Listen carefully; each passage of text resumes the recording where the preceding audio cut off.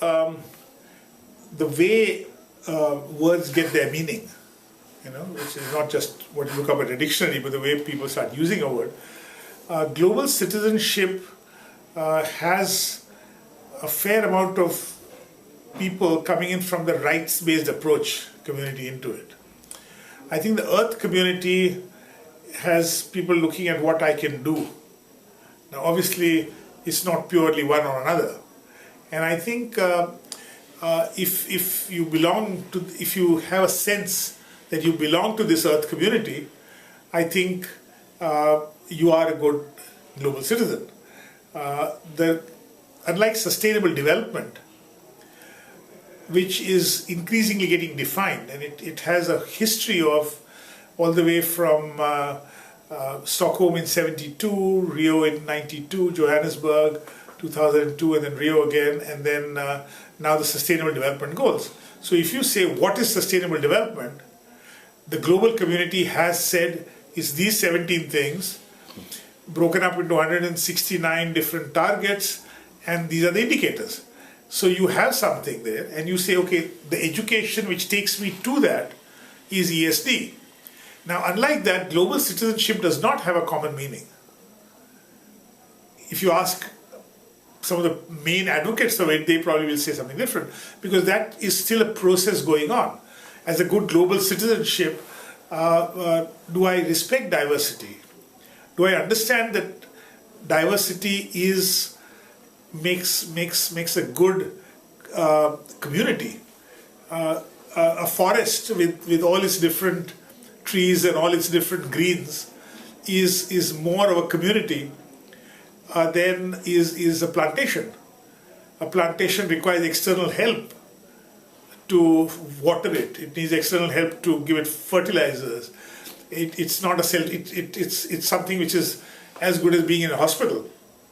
Plants in a hospital, yeah, I'm keeping them alive and I'm keeping them healthy, but it's only because I'm intervening in it. A forest, on the other hand, has saying, hey, when my leaf drops, you eat that. You're a bug, and that bug goes somewhere else. So, and I create the shade and the moisture for your little plant underneath the second canopy to do something, and then the bird goes somewhere.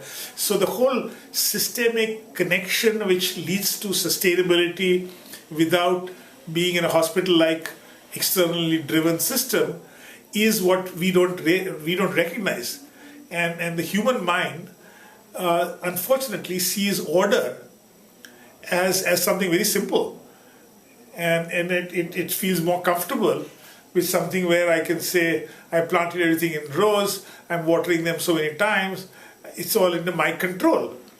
The forest, on the other hand, does not have a governance mechanism.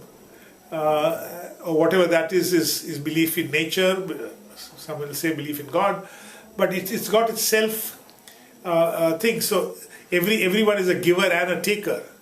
And to some extent, global citizenship and the Earth community needs to understand that I cannot just be on the planet and expect others to do something, but I need to do something. I need my handprint to do something. What is the positive thing I'm doing in being part of this community? So I think as the global citizenship gains meaning, I'm part of a group which is actually looking at how you measure it.